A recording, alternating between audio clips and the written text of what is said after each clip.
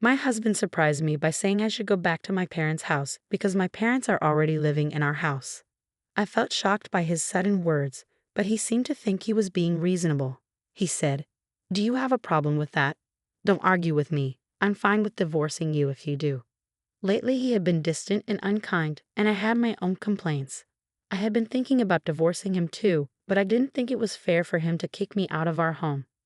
I thought to myself, I'm the one paying $1,800 for our expenses. Does he even remember that? As I looked at him in shock, he got angry and said, "Leave this house now. My parents won't feel good if you're here." I didn't really get why I had to go, but I said, "Okay, I'll take all my stuff with me." Once I agreed, he seemed happy and said, "Then do it," and walked away. Right away, I called a shop to sell my things. My name's Emily, and I live with my husband, Robert, who's 5 years older than me. We met through mutual friends, and our first hangout turned into spending the whole day together. Robert mentioned he wanted to be a voice actor, and I was impressed by his deep voice. I've always liked soothing voices, so I felt drawn to him. It seemed like he felt the same because we exchanged numbers and decided to hang out more. Before we knew it, we were dating, even though we never really talked about it. I had just graduated from college and started working, so dating someone more mature seemed exciting. My friend Ashley was worried about the 5-year age gap, but I reassured her that it wasn't a big deal. I liked Robert a lot, and he felt the same about me, so I wasn't concerned. Eventually, Ashley agreed, trusting my judgment.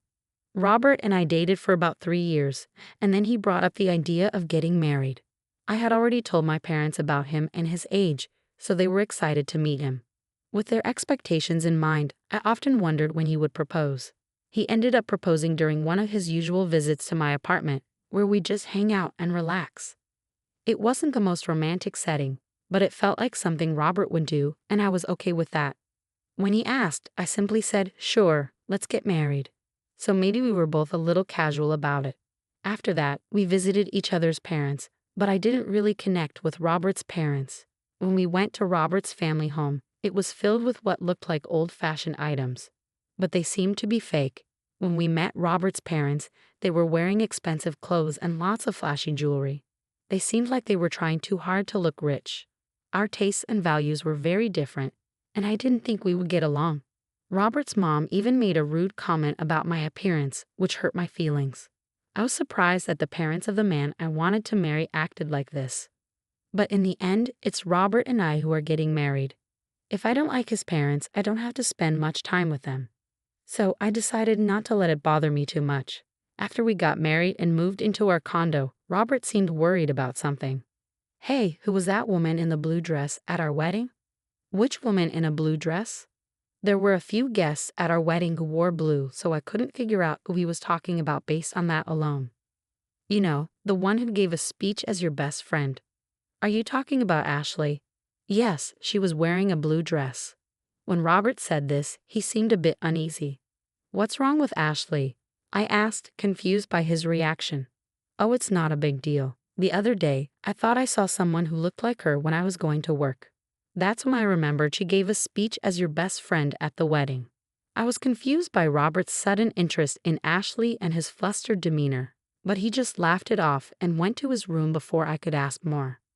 A little while later, Ashley called me with some news. "Listen, Emily, my boyfriend's coming back to the US next year." Ashley had been dating her boyfriend since high school. They'd known each other since elementary school, but he moved away in middle school. They kept in touch through letters and finally reunited in high school when he confessed his feelings for her. I always loved hearing Ashley's love stories. Despite her boyfriend being away working at an international branch for a few years, they stayed close and communicated regularly. "Do you think he might propose once he's back, and then you guys will get married?" "Oh, Emily, you're always jumping to conclusions. Just make sure to invite me to the wedding. I promise I'll give a heartfelt speech." "Of course. After the beautiful speech you gave at your wedding, I'll definitely need you to do the same for mine." Don't set the bar too high.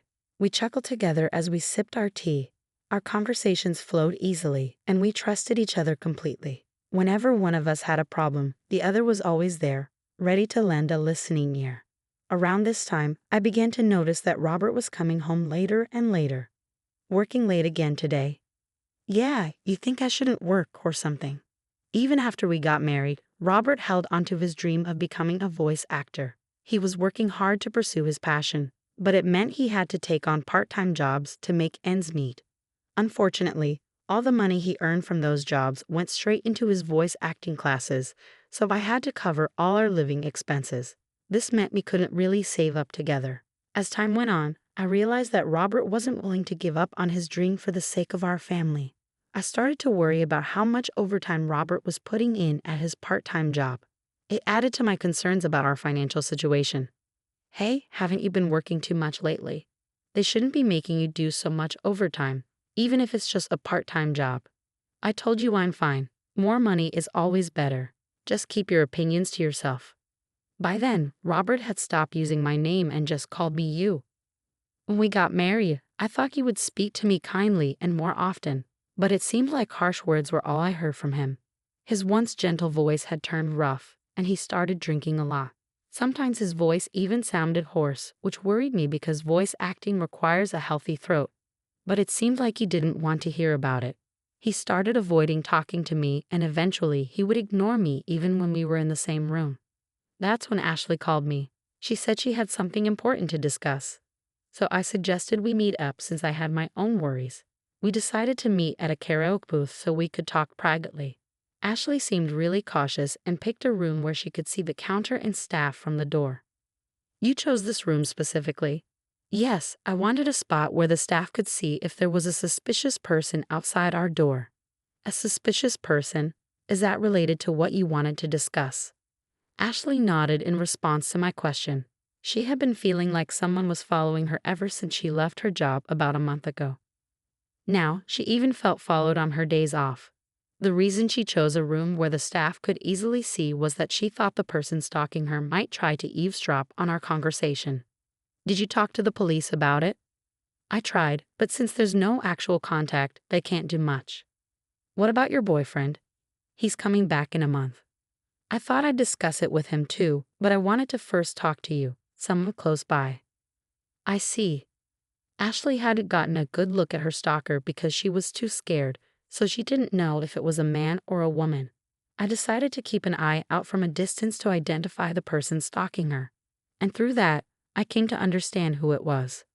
Though I couldn't bring myself to discuss my troubled relationship with Robert, looking back, maybe it was for the best, because the one following my best friend Ashley was none other than my husband Robert. He would claim he had to work late every day, but after his shift, he would hang around near Ashley's workplace and follow her when she left. I couldn't believe that the person scaring Ashley was someone so close to me. When I found out, I was shocked, and the expression on Robert's face as he followed Ashley was chilling. He had this creepy, unsettling grin. I fell in love with and married this man, but the moment I saw his true face, the love I thought would last forever turned cold. I told Ashley the truth and urged her to move right away. With the help of her colleagues, she arranged for someone to drive her from the underground parking lot to her new place for a while. After we took these precautions, Robert's frustration grew, and one day, it boiled over. My parents are going to live here, so you need to go back to your parents' house. I was shocked by Robert's sudden demand, but he seemed convinced he was being reasonable. If you have a problem with that, then I'm fine with divorcing you, he said, starting to lose his temper. Even though I had my own issues with him and had considered divorce, I didn't think he could just kick me out of our home. I'm the one paying $1,800 for our monthly expenses. I wonder if Robert even remembers that. When I gave him a skeptical look, he got angry. Just leave already. My parents can't move in if you're still here. Why do I have to leave? I don't understand at all. But I said, okay, I'll take everything I bought with me. Seeing me agree, Robert just told me to hurry up and walked away. I immediately contacted a local buyback service. The next day, they came to our apartment. At first, Robert smirked, thinking I was leaving. But when he saw the workers assessing all our furniture and appliances, his eyes widened in shock. After the evaluation was done, except for what was in Robert's room, a staff member handed me a quote, saying, "The total value is $22,000. I quickly signed, saying, "Okay, sell it all." Suddenly, Robert snapped back to reality and grabbed my arm. "Why are you selling everything? My parents are going to live here. How can they if there's no furniture? I shook off his grip. What do you mean? When we got married, you told me you were broke because you were paying for your acting classes. You asked me to handle the rent, furniture, and living expenses. I never knew you were that broke. I feel deceived. Remember the $1,800 I've been covering every month? From now on, you'll pay that. And with your parents moving in, I bet it'll be even more. Robert went pale, but he quickly tried to regain his composure. You thought talking about money would make me cancel the divorce? Who do you think you are? I've already gotten close to a rich lady, he said, striking a pose. But then I remembered Robert following Ashley recently. If what he considered getting close was his stalking behavior, then he was seriously deluded. Ashley came from a wealthy family. Her grandfather was a businessman, and now her father had taken over. Ashley truly was the perfect heiress, but she didn't flaunt it. She spent money like me and our friends, and no one judged her based on her family's wealth. However, Robert seemed to have found out about Ashley's wealthy background and decided she'd be a better match. Could he possibly think that if two people are the same age, the wealthier one is better? That infuriated me. But Ashley would never marry Robert. Her high school boyfriend, whom she'd been dating for years, was coming back to the States soon. They would likely get married. I mentioned how Ashley felt really creeped out because someone had been stalking her every day. When Robert heard that Ashley found him creepy and that they weren't close, he was shocked. I always walked Ashley home, he said. You're lucky I didn't call the police, I replied. But I didn't know she had a boyfriend. He's been away. She'd pick me over someone she doesn't know. They've been writing letters since they were kids and talk almost every day. And unlike you, who's only had part-time jobs, her boyfriend is successful. Even her dad likes him. Robert looked really sad when I said all that. But when the people came to take away our stuff, he seemed to feel better. I guess you're all I've got now. You'll always support my dream of being a voice actor, won't you? He asked, trying to look cool. I gave him a cold stare and said sorry. I've already started divorce proceedings. Let's talk through our lawyers from now on. Robert, maybe thinking I still liked him, held on to me. Don't say that. Haven't we been getting along all this time? Getting along? When? Since you found out my best friend Ashley is rich, you've been distant and hanging out with her. Right after we got married, I realized I made a mistake. Robert started crying, even though he's older than me. Seeing him cry like a kid made me like him even less. I couldn't stand being near him anymore. Stop it. Oh, I also told your uncle we're getting divorced. Your uncle? You know he's tough, right? Well, I've been paying all the rent and bills until now. When I told your uncle I might leave, he said he'd make you work for him. That means I can't keep studying voice acting. You hardly practice anyway. Maybe it's time to face reality. And if you go near Ashley again, I'll call the police. Goodbye. I left, determined not to turn back. For now, I'll stay with my parents, but I might move closer to work if I find a good place.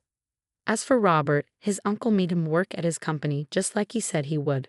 Then Robert's parents, who were planning to live off him after he married Ashley, also moved in.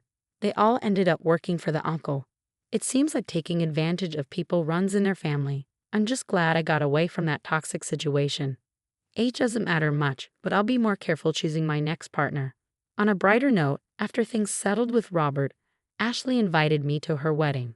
She introduced me to her long-term boyfriend, and I truly wished them happiness. My marriage didn't work out, but I hope Ashley's lasts a long time.